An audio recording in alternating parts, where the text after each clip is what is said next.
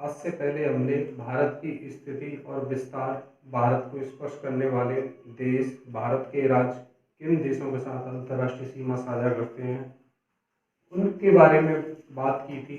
भारत की जलीय सीमा के बारे में बात की थी। आज भारत की समय रेखा और कर्क रेखा के बारे में बात करेंगे। दो लाइनें, एक वेस्ट टू ईस्ट जो रेखा जाती है उसको अक्षांश रेखा कहते हैं, और एक नॉर्थ टू साउथ जो रेखा जाती है उसको देशांतर रेखा कहते हैं। तो पहले अक्षांश रेखा एक 23.5 डिग्री लगभग भारत के बीचा बीच से जाती है।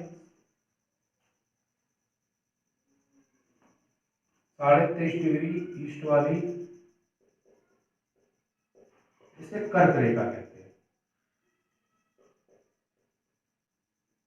भारत के 8 राज्यों से होकर जाती है,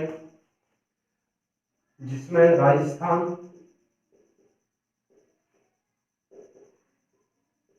गुजरात, मध्य प्रदेश,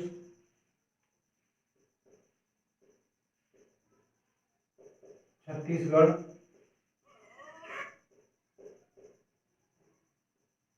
झारखंड, पश्चिम बंगाल और दो नॉर्थ ईस्ट के त्रिपुरा और मिजोरम।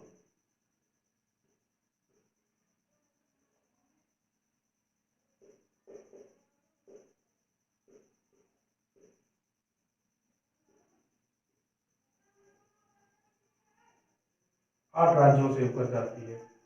तो ये तो कर्क रेखा है जो भारत के 8 राज्यों से ऊपर जाती है। इसके बाद एक जो टाइम जोन है वो देशांतर निर्धारित करती है। जो 0 डिग्री देशांतर है वो अंतरराष्ट्रीय 0 डिग्री देशांतर अंतरराष्ट्रीय समय रेखा है। अंतरराष्ट्रीय समय रेखा 0 डिग्री देशांतर वाली, और 180 डिग्री देशांतर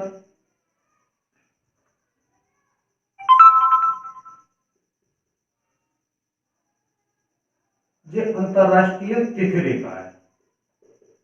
अंतरराष्ट्रीय तिथि रेखा 0 डिग्री देशांतर है वो अंतरराष्ट्रीय समय रेखा है, और जो 180 डिग्री देशांतर है वो अंतरराष्ट्रीय तिथि रेखा है।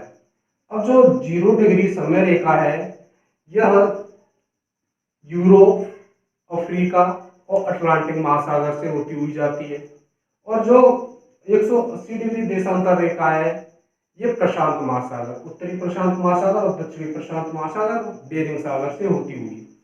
तो जो 180 डिग्री देशांतर रेखा होगी, 180 डिग्री देशांतर, तो इससे इधर जाने में, वेस्ट से ईस्ट जाने में, 180 से इधर जाने में एक दिन प्लस हो जाएगा। अगर यहाँ पर 10 मार्च है तो यहाँ 11 मार्च होगी। तो ये तो अंतरराष्ट्रीय लेवल की है जो अंतरराष्ट्रीय समय और तिथि का निर्धारण करती हैं। जो भारत की समय रेखा है वो 82.5 डिग्री, 82.5 डिग्री देशांतर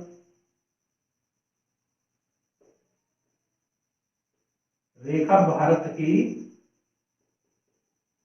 समय रेखा है। 82.5 डिग्री ही क्यों, यह रेखा पहले देखते हैं किन किन राज्यों से होकर गुजरती है। उत्तर प्रदेश, उत्तर प्रदेश इलाहाबाद नैनी से होकर जाएगी। उत्तर प्रदेश के बाद मध्य प्रदेश, मध्य प्रदेश के बाद छत्तीसगढ़, छत्तीसगढ़ के बाद उड़ीसा, उड़ीसा के बाद आंध्र प्रदेश। 5 राज्यों से होकर जाएगी। और ये 8 राज्यों से होकर जाएगी कर्क रेखा। लेकिन ये मध्य प्रदेश और छत्तीसगढ़, इधर भी मध्य प्रदेश और छत्तीसगढ़, ये दोनों राज्य कॉमन है।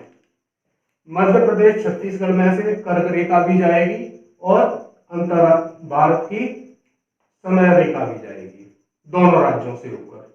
और ये दोनों रेखाएं एक दूसरे को छत्तीसगढ़ में काटती हैं। तो यहां देखें 82.5 डिग्री ही क्यों?